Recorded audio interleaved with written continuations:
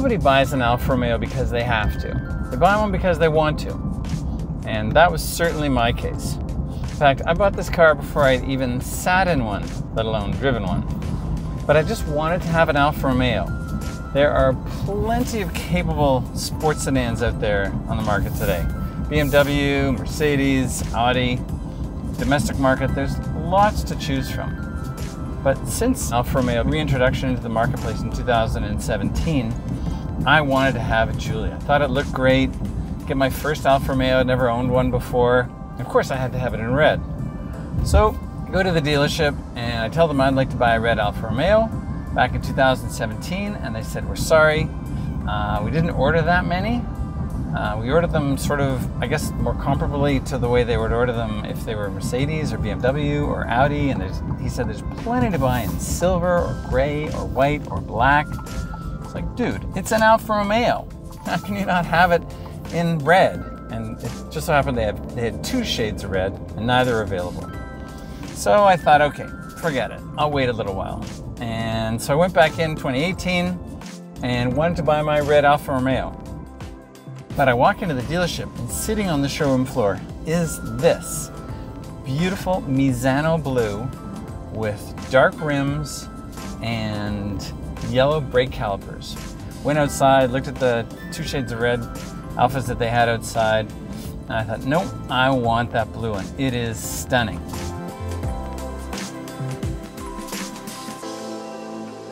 So I bought the car, picked it up, and got into an Alfa Romeo for the first time and drove off the lot, hoping I was going to like it. But how could I not like it? Motor Trend picked it as the car of the year in 2018. Car and Driver put it on its 10 best list in 2018. Car and Driver just put it on its 2019 Editor's Choice list. So with so much praise, who am I to say that I'm not going to enjoy driving an Alfa Romeo?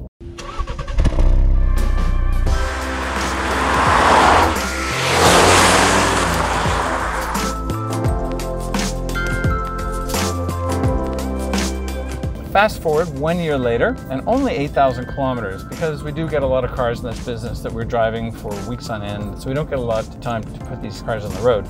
But my year with the 2018 Alfa Romeo TI Sport all-wheel drive has been a blast. You know, one of the reasons we buy cars like this is because we look at it and we just love it.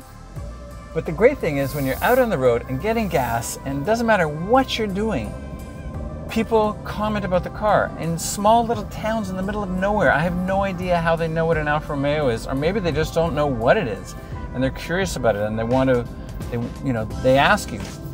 I have not filled up this car with gas once without coming back to the pump and my car with someone being there. And the best was very cool-looking guy in his 30s. Comes into the gas station, says, "Is that your Alfa Romeo outside?" I said, "Yes."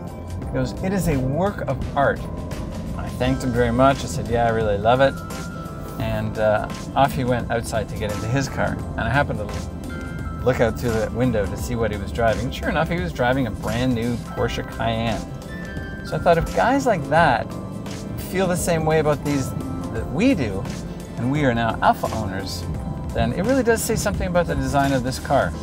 In terms of practicality, so the TI Sport comes with a 2-liter non-505 horsepower engine like you get in the Quadrifoglio, which has a V6.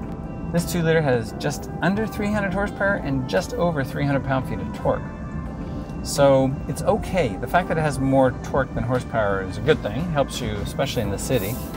But the Quadrifoglio is only available in rear-wheel drive, and all of the other models are available in 2- or 4-wheel drive. The TIs, the Base, the Lusos, whichever one you want to get. So living in the northern part of North America, living in Canada, I definitely wanted to get all-wheel drive because I wanted to be able to drive this thing in the winter. I didn't want to have it sitting in my garage like a garage queen. So the all-wheel drive is great. This car comes with performance all-season tires. It gives you lots of performance in the dry and the wet and in the snow. And unless it's insanely snowy outside, this thing is great, better than an SUV. In fact, it obviously has the same drivetrain as the Stelvio SUV, but a lower center of gravity. And the Stelvio handles and performs great in the winter, as does this. And if you put snows on it, you would be good to go anywhere. So that ticked another box. These seats are so comfortable. You could drive for days in these things. They are really, really comfortable. A few little nitpicks. Backup camera is subpar, shall we say. Pretty close to being useless. The image is so small. You get into something like a, you know, we drove the Golf R. Well, it had an HD camera in there you could shoot films with. Camera on this thing's not fantastic, but you're not buying an Alfa Romeo for the backup camera. You're buying the Alfa Romeo for the driving experience, and it delivers a great driving experience. One more little nitpick are the turn indicators, which when you push them down, it doesn't lock into position, it just goes up or down. And whereas on normal cars, it clicks into position, then it comes down when it's done. This is you pulse it up and you pulse it down, and then that, it's a bit of a project. Again, who really cares? You're driving an Alfa Romeo. I would say my biggest gripe with this car is the sound. You know, you have a spectacular sound coming from the V6 engine in the Quadrifoglio. 2.9 liter, and it's basically a Ferrari V8 with just 2 cylinders lopped off, and it sounds stellar. This car has a 2 liter, 4-cylinder turbocharged engine that sounds a little bit like a rental car. So if we were keeping this car any longer, we would absolutely put on a performance exhaust, because we do not like the sound of this puppy. It's okay, but it's got to sound, it's an Alfa Romeo. It's got to sound more like an Alfa Romeo. And the painful thing is when all these people give you the thumbs up and they love it and they roll down their windows and they want to talk to you, and then when you pull away, you need to just blast it, and you kind of can't, which is a little bit frustrating. A few other little nitpicks. As soon as you turn off the engine, the roof won't move. So open, close, whatever, you can't do anything with that. So you just have to remember, before you park your car in the garage, get your roof closed, and then you can turn it off. The windows all still work, but the roof not operating is a little kind of surprising for a car of this class. We really like the fact that the start-stop works in all driving modes. I don't think it does that in some of the other manufacturers' cars. If you have it in the more aggressive modes, it won't stop. This will stop in all 3 driving modes, and the 3 driving modes are D and A.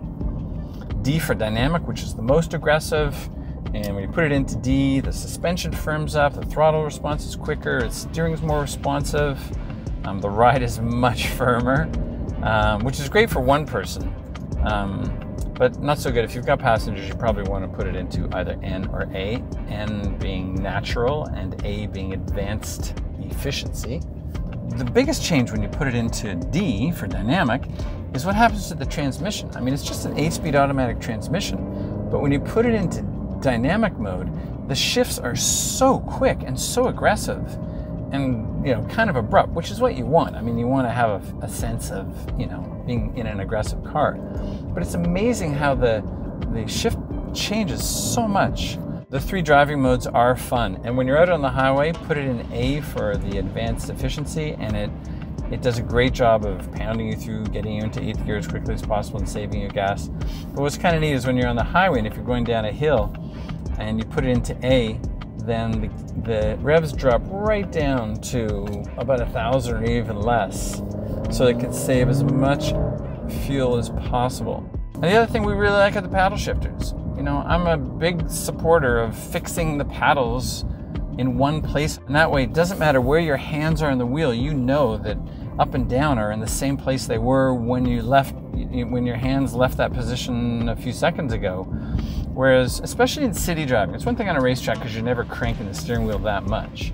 But when you're in the city and you're turning the wheel a lot, if the wheel's upside down, then your paddles are all in the wrong place. Whereas here, you just know, you know, you've got your plus and your minus, and you just go up through the gears, and it never changes. So it's like that in Ferrari, it's like that in other cars. Some mounted on the steering wheel, some mounted on the column. I love having it mounted on the column. I will miss that if that's not in the next car we get.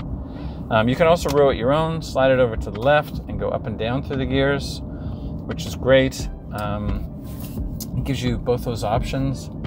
The one thing we don't have as non-quadrifolio drivers is we do not have R. So they have DNA and R, and obviously R is race mode. And it really does kick that thing up a notch.